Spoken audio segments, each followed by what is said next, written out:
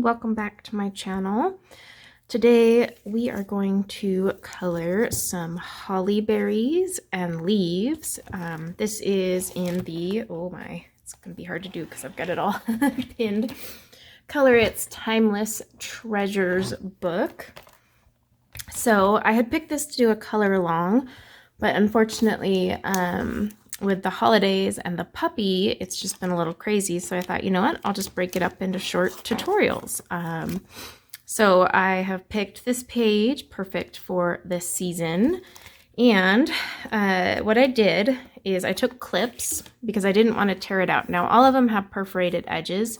That said, I didn't want to tear it out and tape it down. I wanted to leave it in the book. So I have pinned it down. It's got clips all over.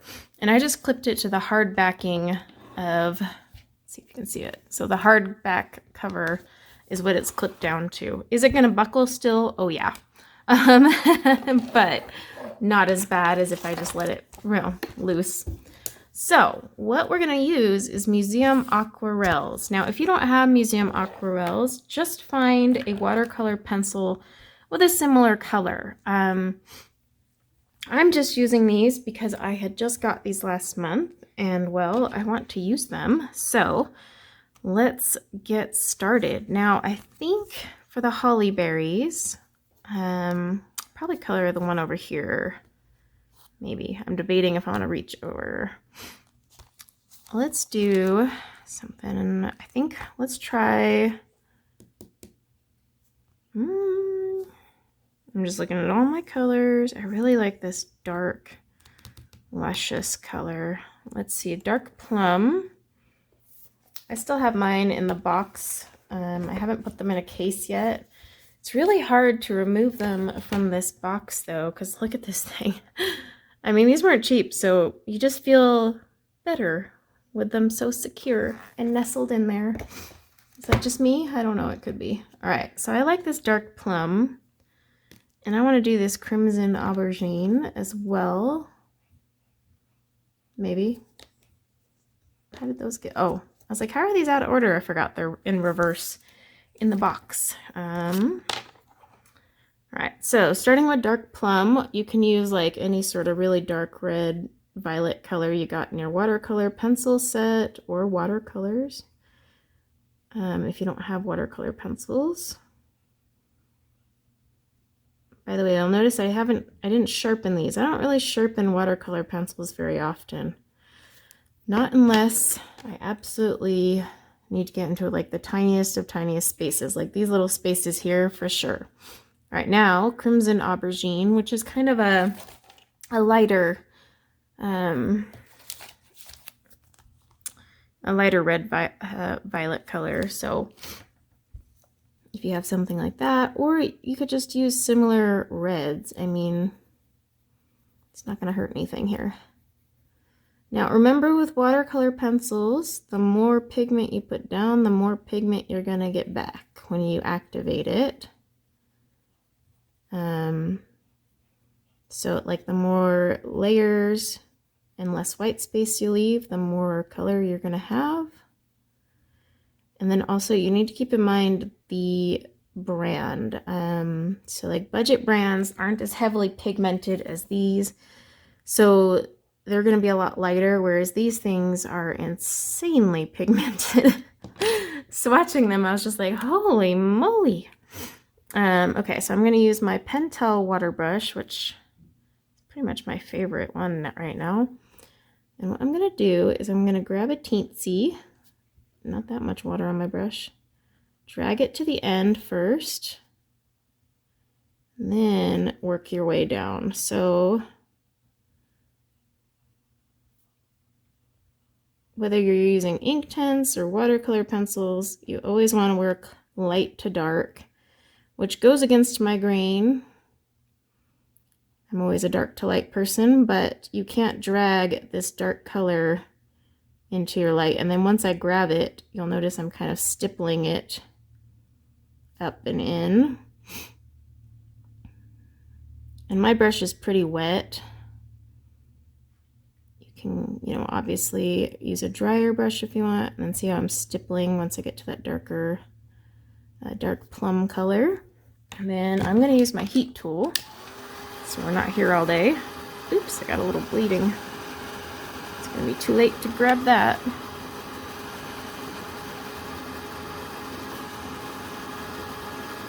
Now remember, I'm not going for like a cherry red, I'm going for more of a purplish red color. The heat tool prevents as much buckling, so it's always nice. And then of course it allows you to go back in ASAP versus sitting here and literally watching paint dry. So up to you. Now I'm just going to take some from the tip here. I might even actually, you know what? I'm going to put it on a palette. If I can find my palette, which I know is right here. Okay. If you have a Crayon Dash palette, the reason I don't want to pull it off the tip is, well, these are expensive. Yeah, so if you have the Crayon Dash palette, just do that. If you don't have the Crayon Dash palette, you can like buy a cutting board with nice scratchy side for your watercolor pencils. It works just as good. I've had people ask, and I even thought this back in the day, what's the point of a watercolor pencil if you're just going to activate it on a palette? I get it. I get it. It's kind of like, well, kind of seems counterproductive. So I totally get what you're saying or feeling, because I felt it too. However, the point is you have a little more control. It's a lot more pigmented. And you use the pencil, you know, for smaller areas. But in this case, I had too much water on my brush when I first went in, so I didn't like the way they looked. Now, let me dry that. While I'm drying that, you're probably thinking, look at all that pigment wasted. Well, I'm coloring all these berries. This will reactivate with water, so it's not a big deal.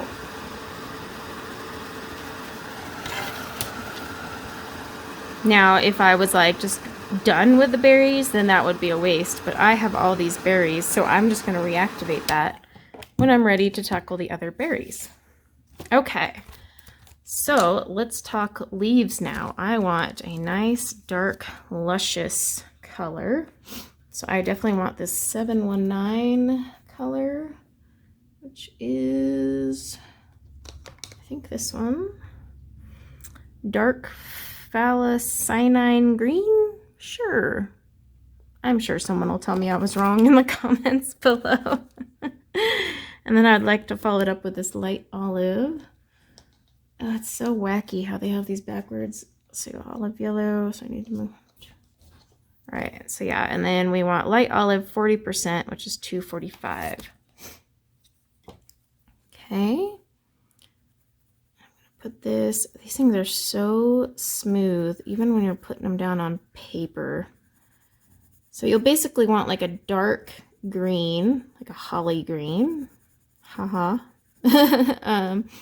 So like the darkest green you got, and then a light olivey green. So, you know, like a yellowish green.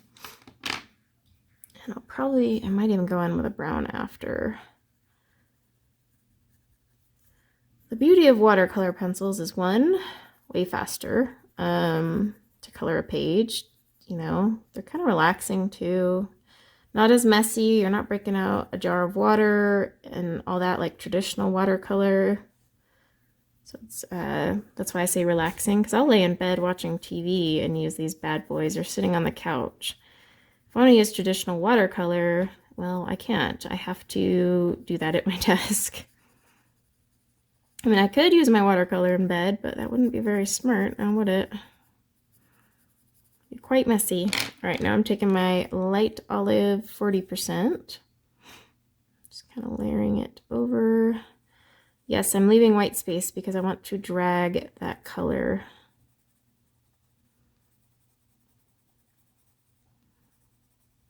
Then I'll show you guys what I like to do to finish these up.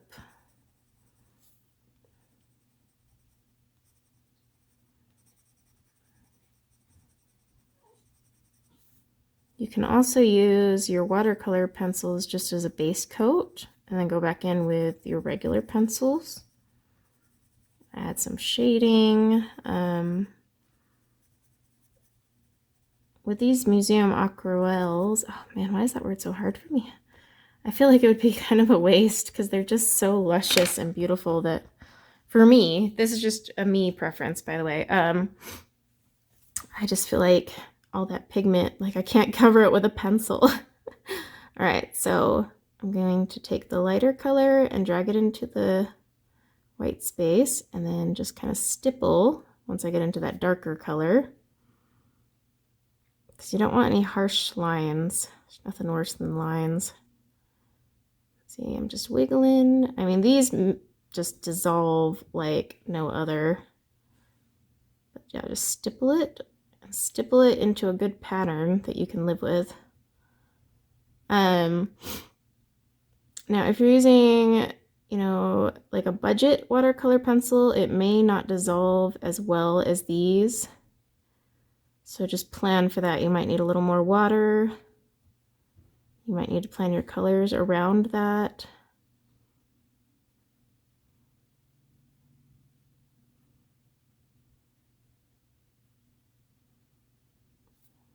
Okay. Get that one in there.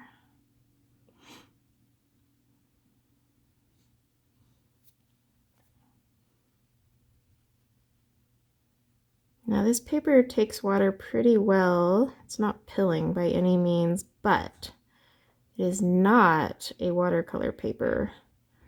So you can't expect watercolor paper-like results on a non-watercolor paper. Just not gonna get it. There's like no watercolor paper tooth here, you know, to little hills and valleys to soak in that luscious pigment. So it's kind of just gonna float about. Gonna dry that. I didn't use a ton of water on that one because I didn't want too much puddling.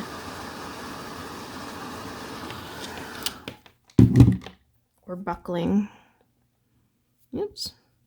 That's one thing about water brushes. Water control can be a little scary depending on the brand. Some are very sensitive, like the second you hit that little activated button, it's like just flows tons of water. So you got to be like practice with your water brush and see how much water it releases when you hit that little button. Like when I first got water brushes, I made the mistake of pressing it until I saw physically, like saw the water coming out.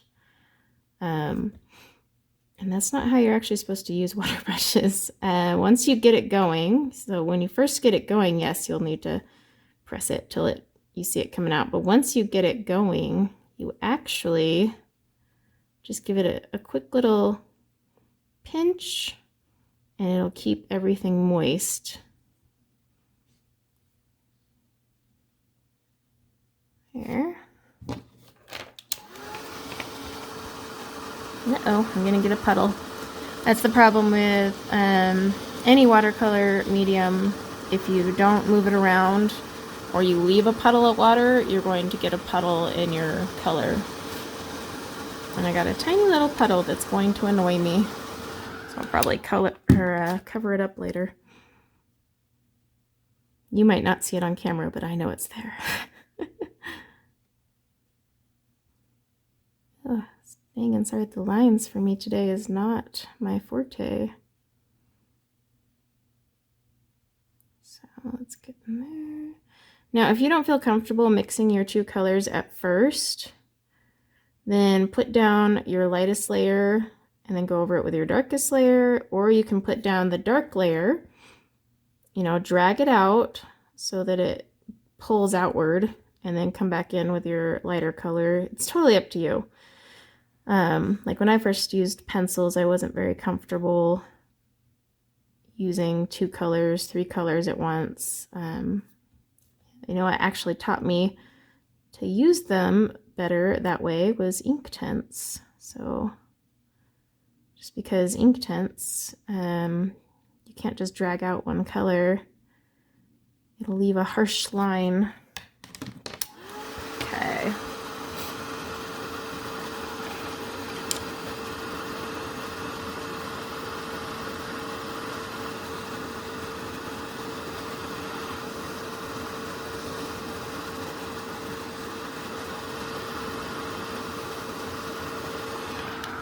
All right, see, so we have our color. Ooh, hot paper. Now this, like I said, this isn't watercolor paper, so you're gonna get a little splotches here and there. If you use too much, like you can see some white here, that's pilling. It's starting to pill a little. So what I'm going to do next is I'm just going to touch up some areas very gently. Now, aquarelles are insanely pigmented, so if you're pulling them off the tip or using a palette of any sort, you need to keep that in mind when you go to pull off of them. Versus, you know, they'll be a little more washed out when you put them down on paper and activate them, but you definitely want to be cautious. Whereas, say I was using my Albrechters, those are a lot more translucent. However, they're still pretty strong when they come off the tip. Now, my Arteza Expert, which are a budget, covering up that puddle that's annoying me, a budget one, they aren't as pigmented. They're very translucent. They actually take multiple layers to build up the color I want, but they aren't a bad watercolor pencil, especially if you're on a budget. So,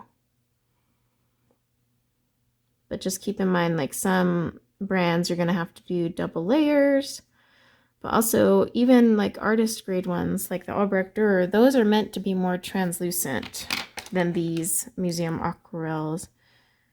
These can be translucent if you water them down enough, but they also can be insanely pigmented. So I'm taking my light olive, I'm just kind of adding it where I feel the transitions are too harsh.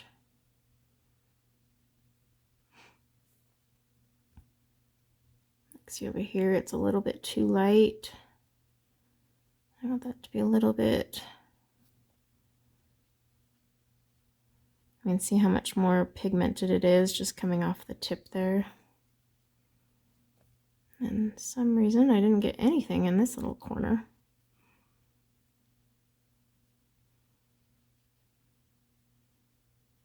And once it starts pilling, you can't actually cover that. So if you see your paper pilling and you think you're gonna go in and cover it with a pigment, you can't. So keep that in mind.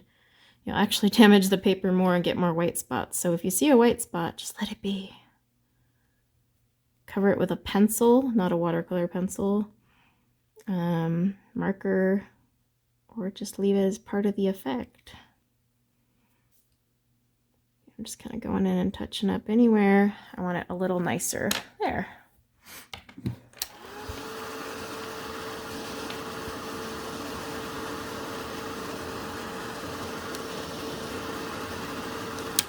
Okay, now for the white gel pen.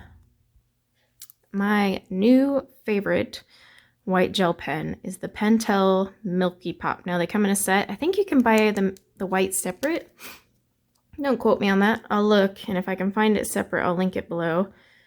As with all gel pens, get it flowing by using the best tool you have, your hand. If you guys ever see me like on camera with a ton of marks on my hands, I must have been doing like mandalas with my gel pens that day. So I'm actually going to ignore the lines that they have put there and create my own little shine marks. I'm just using that to add some shine to my berries. And there we go. We have made holly leaves using just 4 pencils and a watercolor brush and 15 minutes of our day. So that is how you color holly leaves using watercolor pencils, specifically in this case the Museum Aquarelles, but like I said, you can use any brand. I will leave links to the Color It book here, Timeless Treasures, below. I may do some more tutorials out of this same book or the same page. I'm going to be coloring this obviously for fun myself, but yeah, I should do some more out of here soon and hopefully do some tutorials, perhaps even a gold for you guys.